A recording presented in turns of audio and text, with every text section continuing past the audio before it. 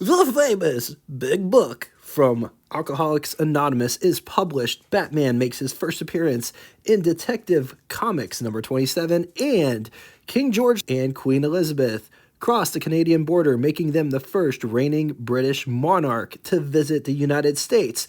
The year is 1939.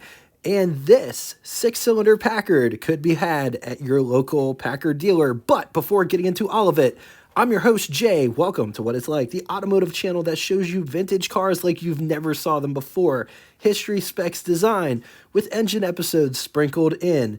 If you're new to this community, let me tell you, and you dig automotive history, we have done. This is going to be our 593rd episode. So there are 592 episodes just like this one, 78 of which are engine episodes. If not subscribed, why not? It's totally free, and it really helps us do more next year. Let's get to 50,000 subscribers by January 1st of 2025.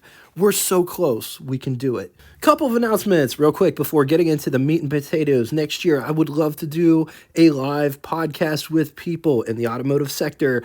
I'm looking for auto dealers, YouTubers, people from car magazines, owners of companies, car restorers, car collectors, car curators, whether that be for a personal or private collection, perhaps a museum.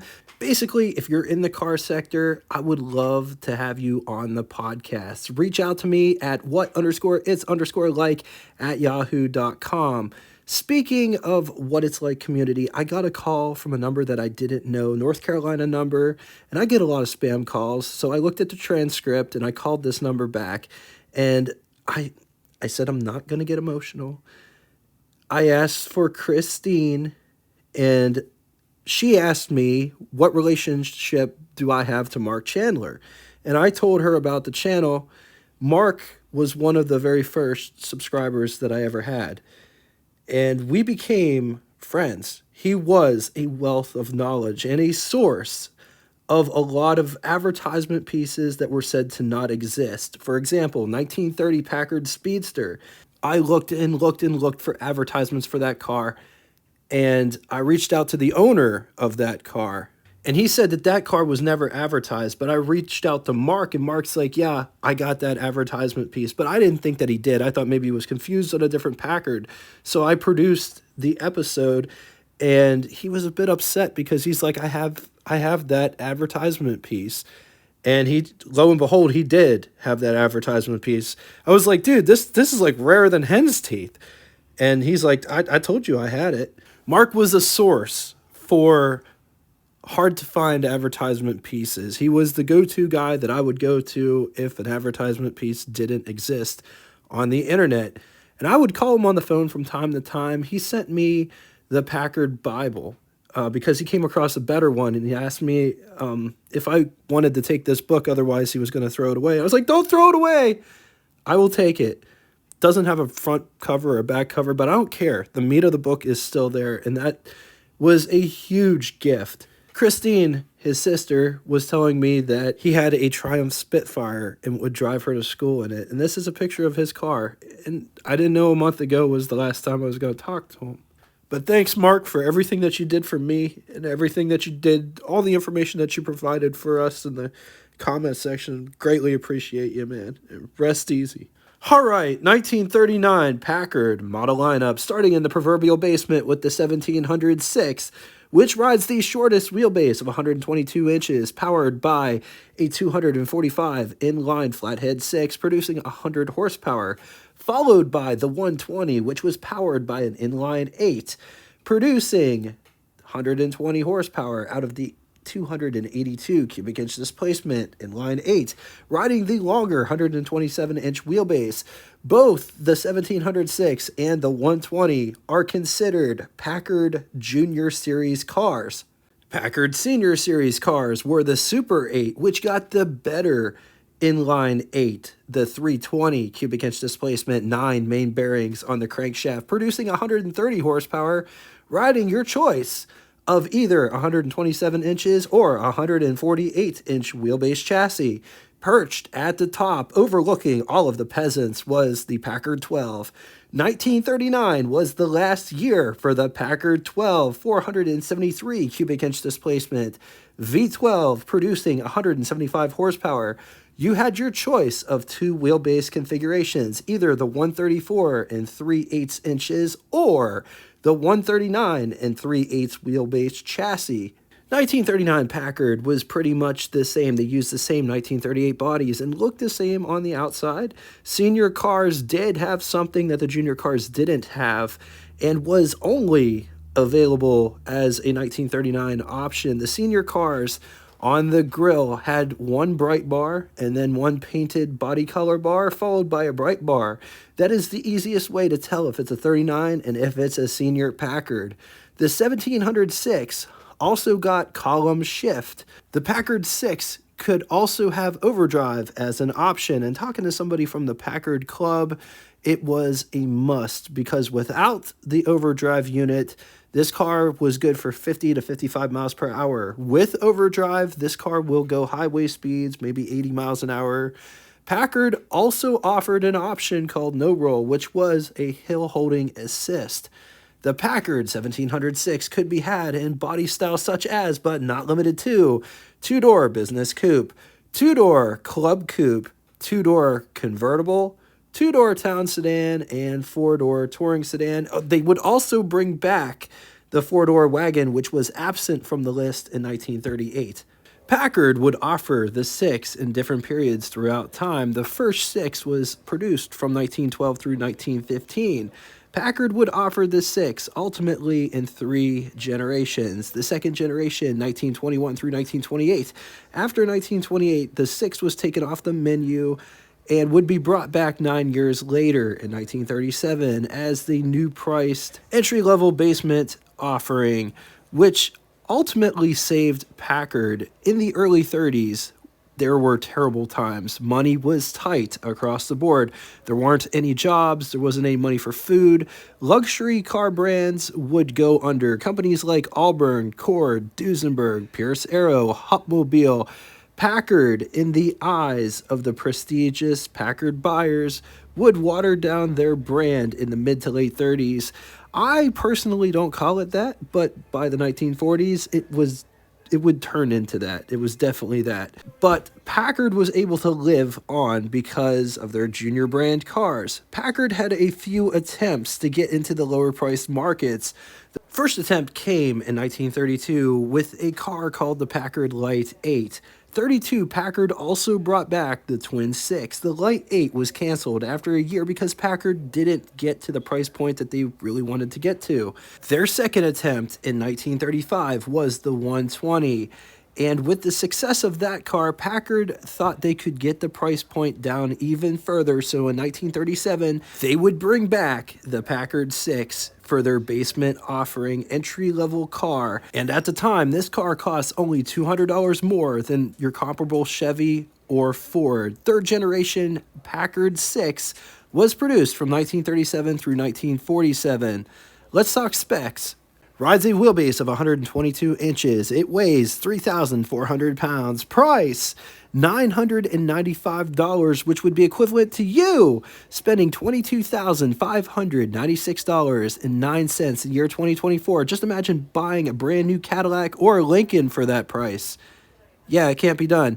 Total 1939 Packard production was 46,405 units, of which total Packard 1706 was 24,350 units.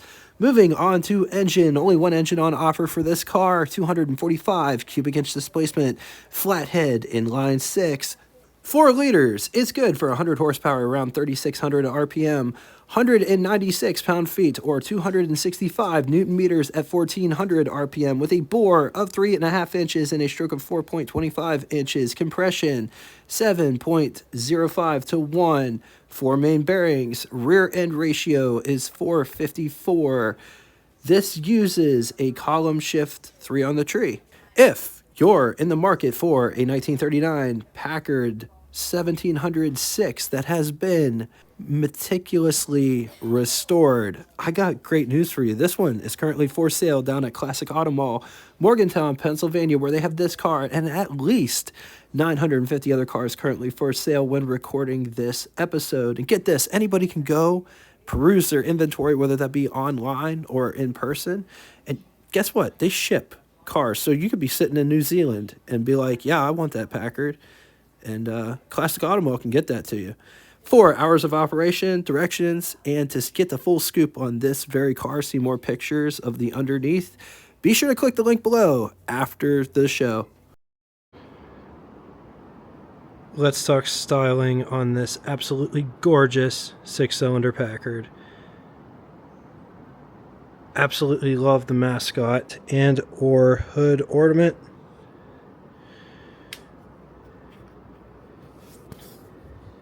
So look at the pad that it's on.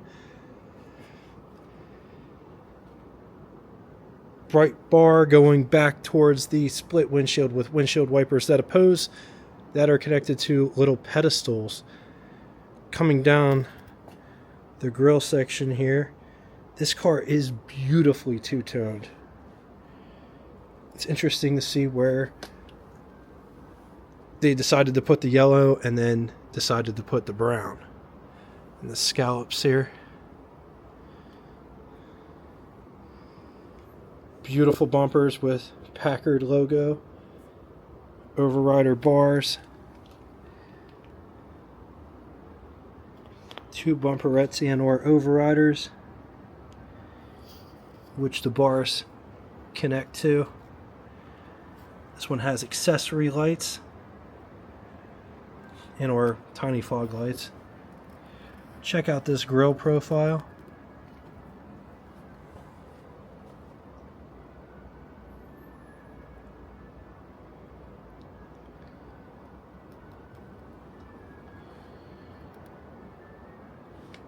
Bright bezels on the front of the headlight buckets, and then they are painted fender color.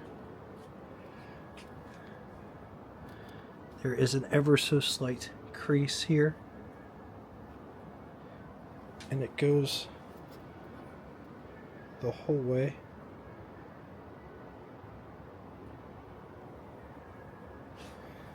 This has rocker trim. Take a gander at those wheels with beauty rings that cascade towards the Packard hubcaps, which also have this cascade effect. I love the font of Packard on these wheels. The fenders themselves are just rolled.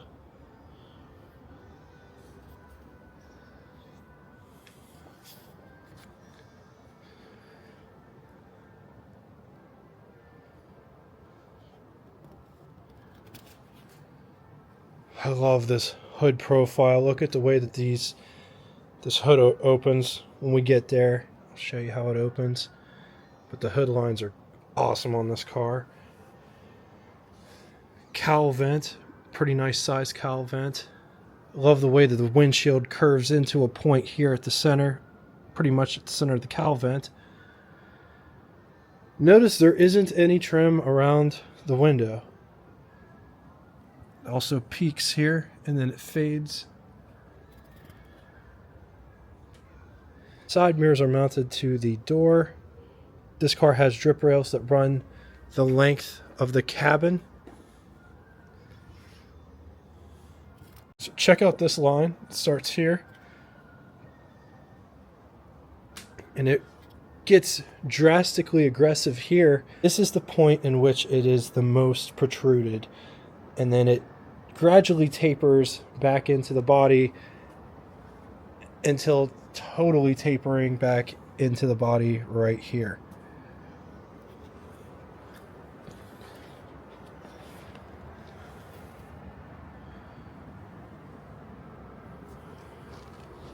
Let's do the running board shoe test. I wear size 12 shoe. My size 12 shoe fits perfect on the running board there. These running boards taper drastically as it comes to the back, and that is my same size 12 shoe. Rear fenders are rolled just like the front fenders. Gas filler cap is on the driver's side. Petite tombstone style brake lights.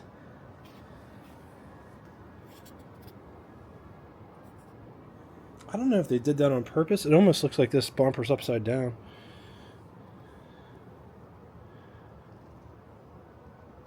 Bumper is different in the back.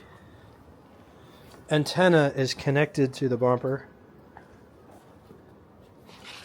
Got the license plate with license plate light. While we're back here,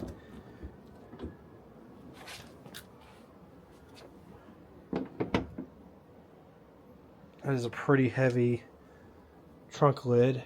It's a pretty big trunk, all things considered. It's a nice shelf in here. Full-size spare.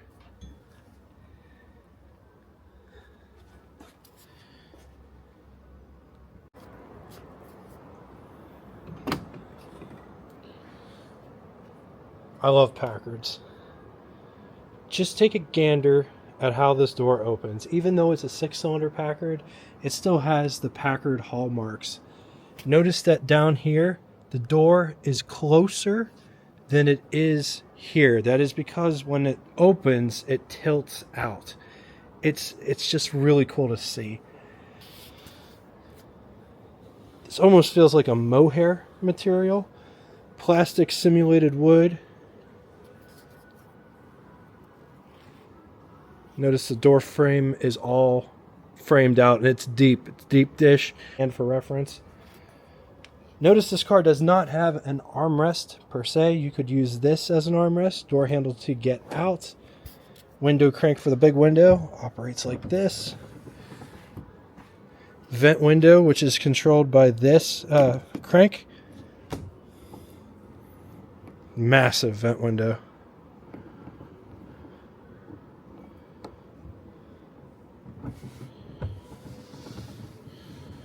Coming down inside the pedal box down here, you have an emergency brake, high beam switch, clutch, brake, gas pedal. Just take a gander at this interior.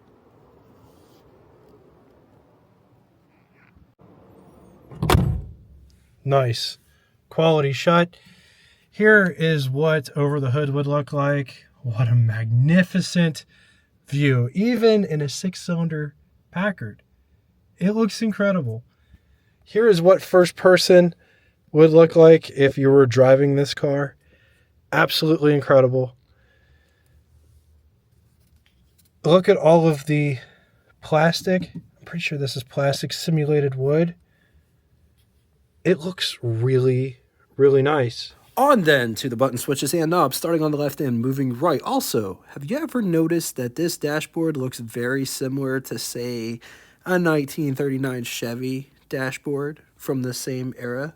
It's very interesting. Anyway, coolant temperature, notice without numbers. Oil pressure, 100 mile per hour speedometer with numbers 9 and 10 flipped so you can see them better. Odometer at the top, trip odometer at the bottom. Gasoline gauge, amp meter, radio, hand throttle, key, lighter, choke, overdrive, aftermarket air conditioning unit, and clock. Up above, there are sun visors. Also feels like a mohair material. Small oval mirror in center. Another sun visor over there. I love the profile of the windshield. It's a very tall windshield. You can see out of it pretty good. This is a big car. It really is. The hood seems like it's 5 feet long, maybe perhaps longer. It's nice in here. It's really nice in here. All right. On the glove box test, here is our test subject. Here is my hand for reference. Here is the glove box in question. And there it is. It fits perfectly. And it shuts. So I found this in the glove box. If anybody has a Packard and they're looking for Packard parts, they sell Packard parts. There's their number if you want to get in touch with them. They have a website. They have all kinds of stuff. They do. They have Packard's parts list available for senior Packards from 1921 through 1926, 6-cylinder, 1923 through 39, 8-cylinder, excludes 35-9 junior series, 110 through 120, 37 through 47, 6-cylinder, 35. You could read the rest. It's all there.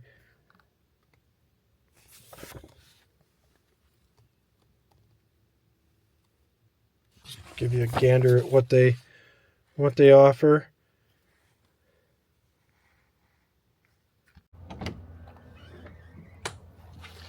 So the rear door is a lot like the front door. It doesn't have an armrest. Door handle to get out. Window crank for the big window. And it goes all the way down. Door lock mechanism. Just take a gander at this rear. It doesn't have an armrest on the door itself, but there is an armrest on the chair back here, as well as ashtray on both sides of the armrest.